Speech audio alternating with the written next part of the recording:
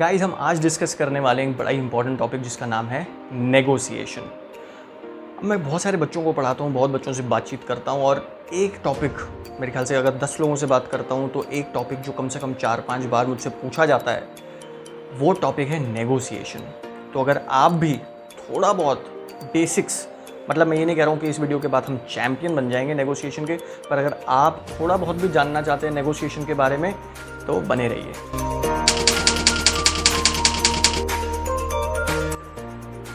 अब ये नेगोशिएशन है क्या? देखो, बहुत सारे लोग बोलते हैं नेगोशिएशन पढ़ना है, पर शुरू से शुरुआत करते हैं। बहुत बड़ी बड़ी बातें नहीं करेंगे, बेसिक सी बात पूछते हैं कि व्हाट इज नेगोशिएशन। नेगोशिएशन हमारी ज़िंदगी में ना रोज़ है। अब ये मानना गलत है कि हमारे बीच में नेगोशिएशन सिर्फ एक एचआर या फिर एक सैलरी नेगोशिएशन या एक बिजनेस डील के क्लोजर में नेगोशिएशन सिर्फ इसी वक्त नेगोशिएशन काम आती है, ऐसा नहीं है। नेगोशिएशन इज अ डायलॉग, कोई भी ऐसी कॉन्वर्सेशन जो दो लोगों के बीच में हो रही है जहाँ पे कि एक फेवरेबल आउटकम पे पहुँचने के लिए कॉन्वर्सेशन हो रही है। वो फेवरेबल आउटकम कुछ भी हो सकता है। अब जैसे आज सुबह मैं उठा, मेरी मॉम ने मेरे से पूछा कि भाई टिंडे खाएगा, और मैंने बोला नहीं हमें टिंडे नहीं खाते, आप तो गोभी भी लाए हुए थे, चलो गोभी बना लेते हैं। तो ये एक नेगोशिएशन ही है। अब इस बात पे मेरी मम्मी मानेंगी या नहीं मानेंगी वो बात की बात है, पर दिस इज़ नेगोशिएशन। आप हर रोज़ नेगोशिएट कर रहे हैं। आप ऑफिस लेट पहुंच रहे हैं तो एक नेगोशिएट कर रहे हैं। आपके ड्राइवर को छुट्टी चाहिए, आपको अर्जेंट मीटिंग पे जाना है, आप अपने ड्राइवर को बोल रहे हो भाई तू कल छुट्टी मत ले, परसों छुट्टी ले लियो। ये सब नेगोशिएशन है। तो negotiation is a dialogue between two parties, कोई दो पार्टी के बीच में एक ऐसा कॉन्वर्सेशन जहाँ पे कि आप एक फेवरेबल आउटकम पे पहुँचना चाहते हो। नेगोशिएशन ये होता है।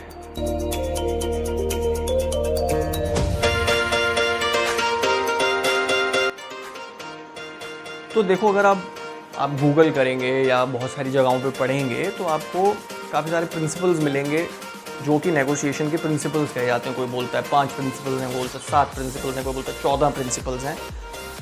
तो पहले तो इन प्रिंसिपल्स को तोड़ के सिर्फ 4-5 मुद्दे के प्रिंसिपल्स रखते हैं जो कि आपको याद रखने में, मुझे बताने में थोड़ा आसान हो, ताकि आप जब ये वीडियो एंड तक देख लें तब आपको एटलीस्ट बेसिक आइडिया हो जाए कि नेगोशिएशन की कैसे जाती। तो इस बात से शुरुआत करते हैं। 5 प्रिंसिपल्स जो कि नेगोशिएशन के बेसिक प्रिंसिपल्स हैं, और शुरू करते हैं नंबर 1 से। अब सबसे पहला प्रिंसिपल है, बहुत ज़रूरी, सबसे पहला इसलिए बता रहा हूँ क्योंकि मोस्ट इंपॉर्टेंट है। बाकी चीज़ें भी इंपॉर्टेंट है पर ये मोस्ट इंपॉर्टेंट है। Make the first offer. अब ये ज़रूरी क्यों है? अब आप ये सोचिए, आप गाड़ी खरीदने जाते हैं, सेकेंड हैंड गाड़ी खरीदने जाते हैं और आपको एक गाड़ी पसंद आ जाती है। वहाँ पे आपको दिखता है कि उसका स्टिकर प्राइस है 5 लाख रुपए। आप जाते हैं डीलर के पास और डीलर आपको बोलता है कि सर आप बताइए आपका क्या बजट है। कुछ लोग बोलते हैं नहीं सर आप बताइए आपका क्या बेस्ट प्राइस है। देखिए, जो पहले बोल देगा वो अगले के कॉन्वर्सेशन का टोन सेट कर देगा।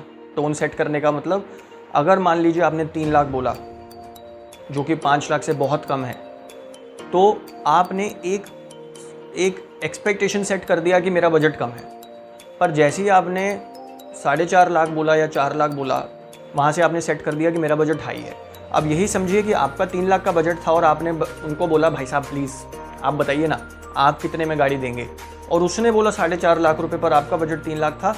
तो अब ये डिस्टेंस इतना बढ़ चुका है कि अब कहीं पर भी अगर डील क्लोज होगी ये 4.5 के पास ही क्लोज होगी, क्योंकि आपको सेलर ने पहले ऑफ़र दिया। सो रूल ये है कि कभी भी नेगोशिएशन करेंगे 99% इट इज़ एडवाइजेबल कि आप पहला ऑफ़र दें। अब मैं बहुत रिसेंट सा एक एग्जांपल देता हूँ। मुझे किसी ने फ़ोन किया और वो बोले कि सर हम एक नौकरी चाहते हैं पर मुझे पता नहीं मेरी स्टार्टिंग सैलरी कितनी होनी चाहिए। देखिए, अगर आपको पता ही नहीं है आपकी स्टार्टिंग सैलरी कितनी होनी चाहिए तो आप यकीन मानिए आपके सामने बैठा वाला इंसान 99% टाइम आपका फ़ायदा ही उठाएगा, अगर आपको आइडिया ही नहीं है क्या सैलरी होनी चाहिए। पर अगर आपको आइडिया है, इससे 2-3 चीज़ें पता लगती हैं। पहली बात, आप प्रॉपर रिसर्च करके गए हैं। दूसरा, आप कॉन्फिडेंट हैं आप किस बजट में किस प्राइस पे आप काम करना चाहते हैं। So most important, the most important point is make the first offer. दूसरा पॉइंट सबसे ज़्यादा ज़रूरी और सबसे ज़्यादा इंपॉर्टेंट जब पैसे का मामला हो, पैसे का, और जो मैंने पहला एग्जांपल ये गाड़ी खरीदने का, आई थिंक वो अमेजिंग एग्जाम्पल है, उससे बहुत बेनिफिट होगा आपको अगर उस एग्जाम्पल को आगे लेके जाते हैं। हमेशा जब भी मनी का मैटर हो, discuss exact numbers and not ranges. मैं फिर से दोहराता हूँ, discuss exact numbers and not ranges, which means अगर वो आपसे पूछता है कि आपका बजट क्या है, कभी भी ऐसा मत कि मेरा बजट तो 3 से 4 लाख के बीच में, क्योंकि जब आपने 3 से 4 लाख दे दिया और वो बेचने वाला इंसान है वो हमेशा 4 लाख ही सुनेगा, उसको आपका 3 लाख सुना ही नहीं दिया, और आपने भी उसको बता दिया मैं कंफर्टेबल हूँ 4 लाख के ऊपर। आपकी डील 4 से ऊपर ही होगी, 4 से नीचे नहीं होगी। कभी भी रेंज डिस्कस मत करिए, हमेशा एक एग्जैक्ट नंबर देने की कोशिश करिए। जितना ज़्यादा एग्जैक्ट, जितना आपका बजट है उससे कोशिश करें तो 10-20% कम, ताकि जब नेगोशिएशन हो वो और आप वो आपको ऊपर आने को बोले तो कम से कम आप अपने एग्जैक्ट बजट के आसपास ही रहें। पर अगर आप 3 से 4 बोलेंगे, विच मीन्स कि या तो पहले आप खुद ही अपना बजट क्लियर नहीं करके गए हैं, और अगर आपने 3 से 4 बोल दिया तो वो इंसान 4 के ऊपर ही डील क्लोज करेगा, 4 के नीचे डील क्लोज करेगा ही नहीं। और अगर 4 के नीचे करेगा तो भैया उसका प्लीज़ हाथ चूम लीजिएगा, क्योंकि वो बंदा नेगोशिएशन नहीं जानता।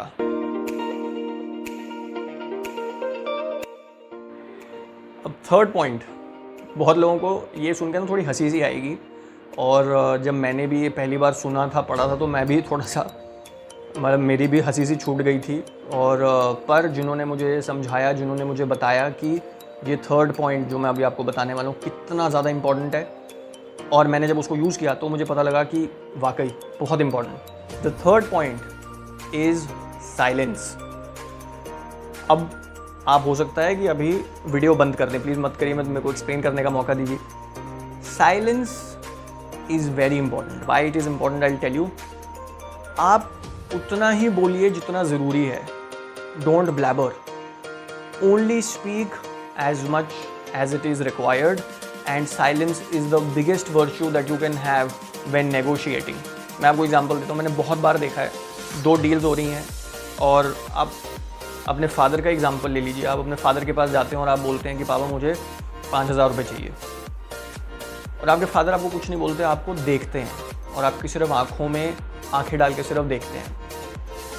आप क्या करते हो, आप थोड़े कॉन्शियस हो जाते हो, आपको लगता है मैंने ज़्यादा मांग लिए, आप बोलते हो नहीं नहीं पापा सॉरी, आप 4,000 ही दे दो। अब नाउ यू रियलाइज़, मैं इसको थोड़ा और आगे तक नहीं लेके जाना चाहता, पर मैं आपको ये रियलाइज़ कराना चाहता हूँ कि जब वो साइलेंट रहे, उन्होंने आपको वो विंडो दे दी टू रीथिंक कि क्या मैंने ज़्यादा पैसे मांग लिए, क्या मैंने ज़्यादा बोल दिया, क्या मुझे कम मांगना चाहिए था, क्या उन्होंने अपनी साइलेंस से अपना रिजेक्शन ऑलरेडी ऑफर मेरे को दे दिया है। और ये जो पापा वाला एग्जांपल है ना, ये रियल लाइफ में भी चलता है। तो अगर आपको ये एग्जांपल अगर आप रियल लाइफ में यूज़ करेंगे, you will realise most often the not you will see if you are silent and having an eye contact. See it is very important कि जब आप साइलेंट हैं तो आई कॉन्टैक्ट रखिए। अगर आप साइलेंट और फ़ोन में लगे हुए हैं तो उनको लगेगा आप नेगोशिएशन में या डील में इंटरेस्टेड ही नहीं है, तो ऐसा मत करिए। आप साइलेंट रहें पर आंखों में आंखें डाल के रहें, बिकॉज आंखों में आंखें डालने का मतलब आप इंटरेस्टेड हैं। साइलेंस का मतलब you are giving them another chance कि बेटा जो तूने बोला है वो बेकार है, इस पर डील नहीं होने वाली, तो मैं तुझे मौका दे रहा हूँ, क्योंकि जब मैं बोलूँगा तो फिर मज़ा नहीं आएगा।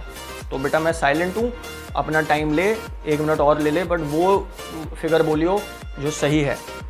और अब अगर आप ये रिवाइंड करेंगे अपनी लाइफ और आप रियलाइज़ करेंगे कितनी बार because of silence you have given up that deal that you could have taken at a higher amount, और आप कहीं ना कहीं थोड़ा सा फंबल करते हैं, थोड़ा सा परप्लेक्स हो जाते हैं, थोड़ा सा मतलब उस जोन में आ जाते हैं जहाँ पे कि आप you and up giving more than required when the other person is silent.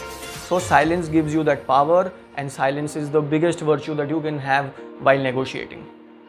Third point is silence. अभी जो फोर्थ पॉइंट है ना, ये आपको ऑलरेडी पता है, तो मैं रिपीट कर रहा हूँ, ऐसा मत समझिए आपको नहीं पता। The fourth point is to ask a lot of questions, be open ended in your questions, ask a lot of questions and be open ended। अब मैं आपको इसका भी एग्जांपल देता हूँ। मान लो आप जॉब लेने गए हो, ठीक है। अब when you sitting in front of an HR और HR ने आपको बोला भैया आपकी सैलरी होने वाली है 5 लाख रुपए पर एनम फॉर एग्जाम्पल, और आप उनको बोलते हो is this your final offer, क्या ये आपका लास्ट ऑफर है। अब आपने क्या कर दिया, आपने HR को एक येस और नो में डाल दिया। It's a binary answer, the and an HR will never say no it is not my final offer। इसका मतलब वो बोल रहा है कि हाँ तू मेरे से नेगोशिएट कर बेटा और मैं तेरे को और पैसे बढ़ा के दे दूंगा या दे दूंगी। तो ऐसा सवाल पूछो ही मत जिसका जवाब ना होएगा ही नहीं। आप पूछोगे is this your final offer, 99% सामने वाला बोलेगा हाँ मेरा फाइनल ऑफर है, तो आप ऐसा सवाल पूछोगे क्यों?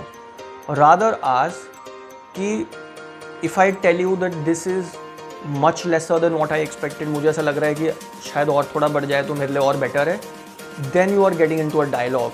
तो होगा क्या, मैं ये नहीं कहता कि आपकी सैलरी बढ़ ही जाएगी, बट आपको HR वो रीजंस देगा कि क्यों ये सैलरी इतनी है, या फिर वो ये बोलेगा, and most often the not वो HR आपकी साइड पे होकर बोलेगा कि let me see if I can do something for you, let me add some perks to it, let me add a bonus to it, and that always helps. So never ask a close ended question. Close ended question वो होता है जिसका answer binary yes और no में होता है। Open ended question वो होता है जिसमें कि डायलॉग का स्कोप होता है, जिसमें कि आप एक येस और नो पे क्लोज नहीं कर देते। अब ये मान के चलिए आप सामने वाले से बोलते हैं कि is this your final offer and the person says yes. अब इसके बाद आपका स्कोप फॉर डायलॉग खत्म हो चुका है। अब इसके बाद आप क्या बोलोगे, नहीं दीदी मेरे को 6 लाख दे दो, ऐसा तो नहीं बोलोगे आप।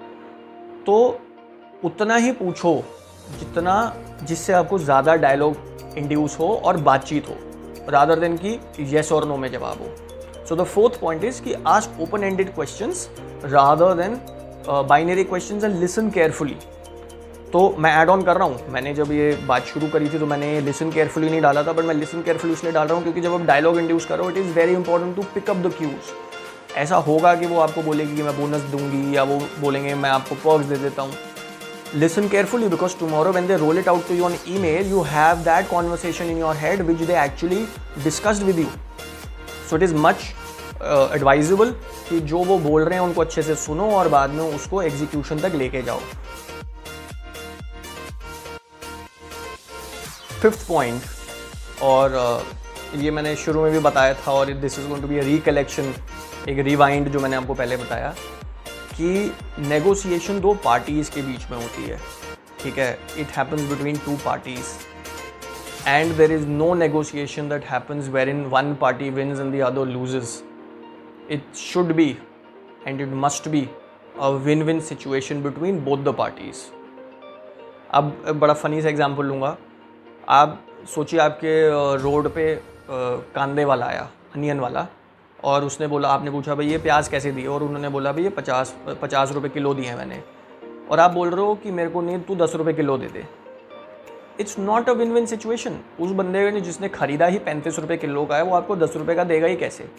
तो और अगर आप सोच रहे हो मैं 10 रुपये में लेके उसको जीत जाऊँगा, तो वो जीत कभी भी नहीं होगी। So no negotiation happens where in there is a win-lose situation. There needs to be always a win-win situation, and I recommend कभी भी लाइफ में नेगोशिएट करो, कभी भी उस नेगोशिएशन को ऐसे मत लो कि मैंने इस आदमी से कभी दोबारा डील ही नहीं करना, बिकॉज अगर आप ये सोच के चलते हो तभी आप एक विन लूज नेगोशिएशन के बारे में सोचते हो। जब आप उस रिलेशनशिप को आगे लेके जाने की कोशिश करते हो तो आप हमेशा विन विन सिचुएशन की बात करते हो।